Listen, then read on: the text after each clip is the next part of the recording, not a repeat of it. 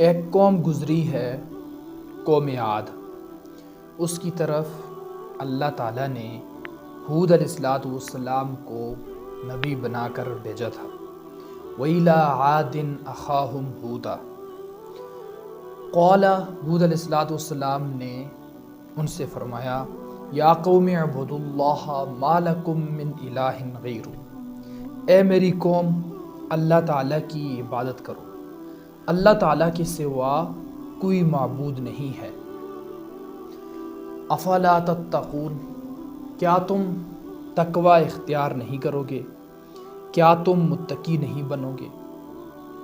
کیا تم اللہ سے نہیں ڈرو گے؟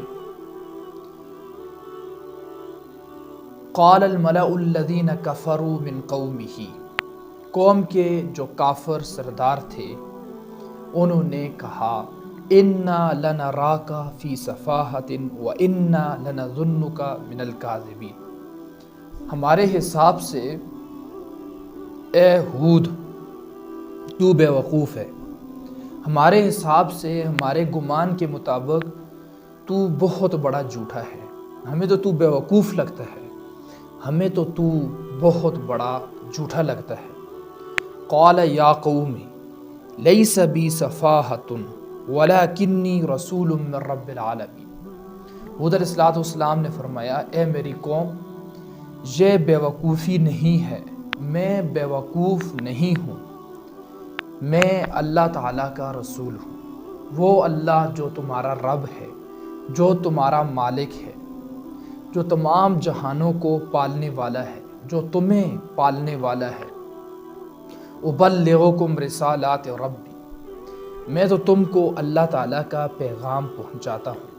وَأَنَا لَكُمْ نَاصِحٌ امین، اور میں تمہارا خیر خواہ ہوں، تم مطمئن ہو جاؤ، تم اطمینان کے ساتھ مجھ پر یقین کرو کہ میں تمہارا خیر خواہ ہوں، میں تمہیں نصیحت کرتا ہوں، بہترین زندگی کی طرف ریکمینڈ کرتا ہوں تم کو، میں بلاتا ہوں تمہیں بہترین زندگی کی طرف۔ اَوَعَجِبْتُمْ أَنْ جَاءَكُمْ ذِكْرٌ مِّن رَبِّكُمْ عَلَىٰ رَجُلٍ مِّنْكُمْ لِيُنذِرَكُمْ، وہ تعجب کرتے تھے کہ یہ کیسے ہو سکتا ہے کہ اللہ تعالیٰ ہم میں سے ایک مرد پر وحی بھیجے، ہم میں سے ایک مرد کے ساتھ اللہ تعالیٰ بات کریں، یہ کیسے ہو سکتا ہے کہ ایک مرد کو چنے اور وہ آ کر ہمیں ڈرائے، یہ کیسے ہو سکتا ہے؟ وہ تعجب کرتے تھے۔ تو ہود علیہ السلام نے فرمایا کہ یہ کچھ مشکل نہیں ہے، یہ ناممکن نہیں ہے، جب اللہ ہم کو پیدا کر سکتا ہے تو اللہ کے لیے پھر ہم سے بات کرنا کیا یہ کوئی مشکل کام ہے؟ اللہ مجھ سے بات کرتے ہیں، مجھے وحی کرتے ہیں، اور اللہ تعالیٰ ہی نے مجھ کو اپنا رسول بنایا ہے۔ وَاذْكُرُوا إِذْ جَعَلَكُمْ خُلَفَاءَ مِن بَعْدِ قَوْمِ نُوحٍ وَزَادَكُمْ فِي الْخَلْقِ بَسْطًا، کہ تم اللہ تعالیٰ کی نعمتوں کو یاد کرو کہ اللہ تعالیٰ نے تمہیں کیا کیا نعمتیں دی ہیں، تمہیں زمین کی خلافت دی، نوح علیہ السلام کے بعد تمہیں نائب بنایا، تمہیں خلیفہ بنایا، زمین میں اللہ تعالیٰ نے تمہیں خلافت دی ہے۔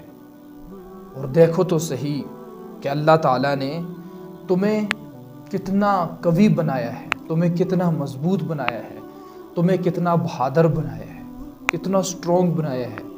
تم دیکھو تو صحیح، یہ قوم عاد کے قد بہت بڑے بڑے تھے، بہت بڑے بڑے تھے، درخت کو ایسے چوٹی سے پکڑتے تھے اور جڑوں سے نکال دیتے تھے، بڑے بڑے قد تھے۔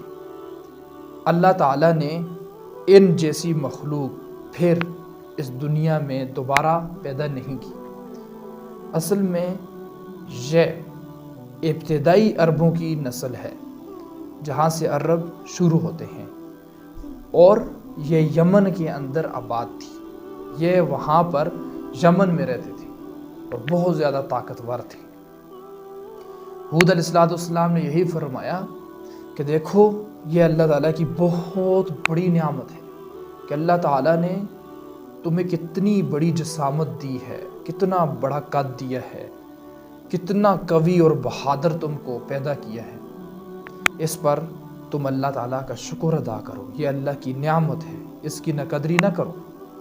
فَاذْكُرُوا آلَاءَ اللَّهِ لَعَلَّكُمْ تُفْلِحُونَ، اللہ تعالیٰ نے تمہیں اور جو نشانیاں دی ہیں ان کو یاد کرو، ان نشانیوں کو دیکھو، اللہ تعالیٰ کی نعمتوں کو یاد کرو۔ دیکھو، اگر ہم چاہتے ہیں کامیابی تو ہمارے لیے بھی کامیاب ہونے کا یہی نسخہ ہے کہ ہم اللہ تعالیٰ کی نعمتوں کو یاد کریں۔ پہلے نعمتوں کو سوچیں، پھر گنیں، ساتھ یاد کریں، اور پھر اللہ کو تھینک یو کہیں کہ یا اللہ تیرا بہت بہت شکریہ، تھینک یو سو مچ یا اللہ۔ اللہ تعالیٰ کا پھر شکر ادا کریں۔ جو انسان یہ کام کرنے لگ جائے گا وہ اس دنیا میں بھی کامیاب ہوگا اور وہ آخرت میں بھی کامیاب ہوگا، اور اللہ تعالیٰ اس کی نعمتوں کو زیادہ کریں گے۔ لَإِن شَكَرْتُمْ لَأَزِيدَنَّكُمْ، اگر تم میرا شکر کرو گے تو اللہ نے فرمایا ہے تو پھر میں تمہاری نعمتوں میں زیادتی کروں گا۔ تو لہٰذا ہم اللہ تعالیٰ کا شکر ادا کریں، زبان سے بھی شکر ادا کریں اور اپنے کردار سے بھی شکر ادا کریں اللہ تعالیٰ کا۔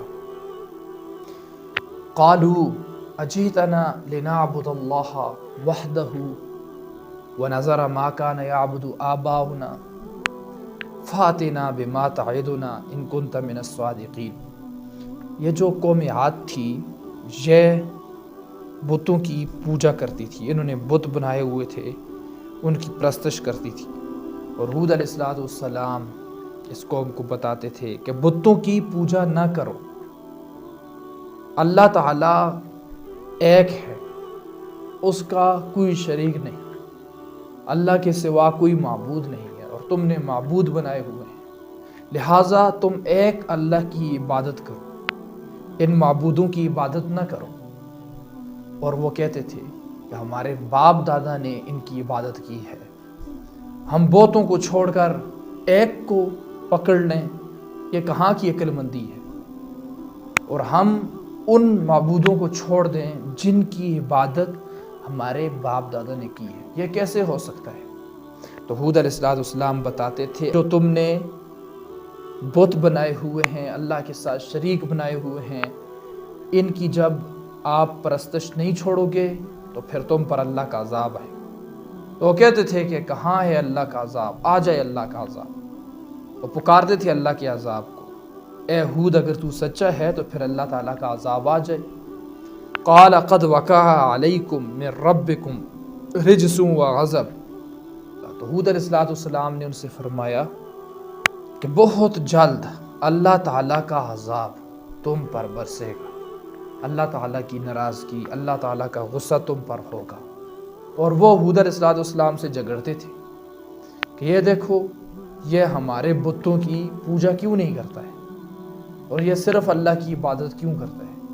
تو ہود علیہ السلام ان سے یہ فرماتے تھے اتجادلوننی، مجھ سے تم جھگڑتے ہو، فی اسماء سمیتموہا، ان بتوں کے بارے میں جن کو تم نے نام دے کر اپنی طرف سے گڑھ لیا ہے، ما نزل اللہ بہا من سلطان، اللہ تعالیٰ نے ایسا کرنے کا تمہیں حکم بھی نہیں دیا تھا، تمہارے پاس کوئی دلیل ہی نہیں ہے۔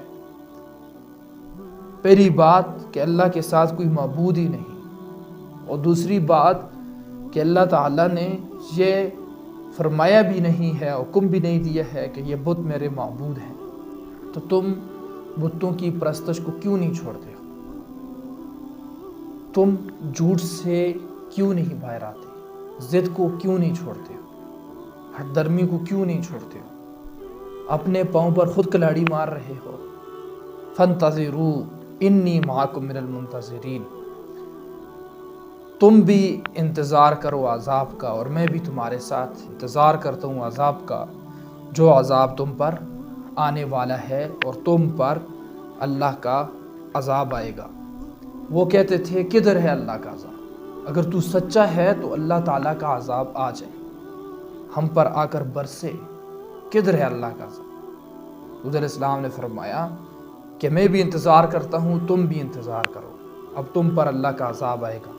فَأَنْجَيْنَاهُ وَالَّذِينَ مَعَهُ بِرَحْمَةٍ مِّنَّا، تو اللہ تعالیٰ نے حود علیہ السلام کو نجات دی، حود علیہ السلام کو بچایا، حود علیہ السلام کو اللہ نے کامیاب کیا، اور جن لوگوں نے حود علیہ السلام کی بات مانی تھی اللہ نے ان کو بھی کامیاب کیا اپنی رحمت سے۔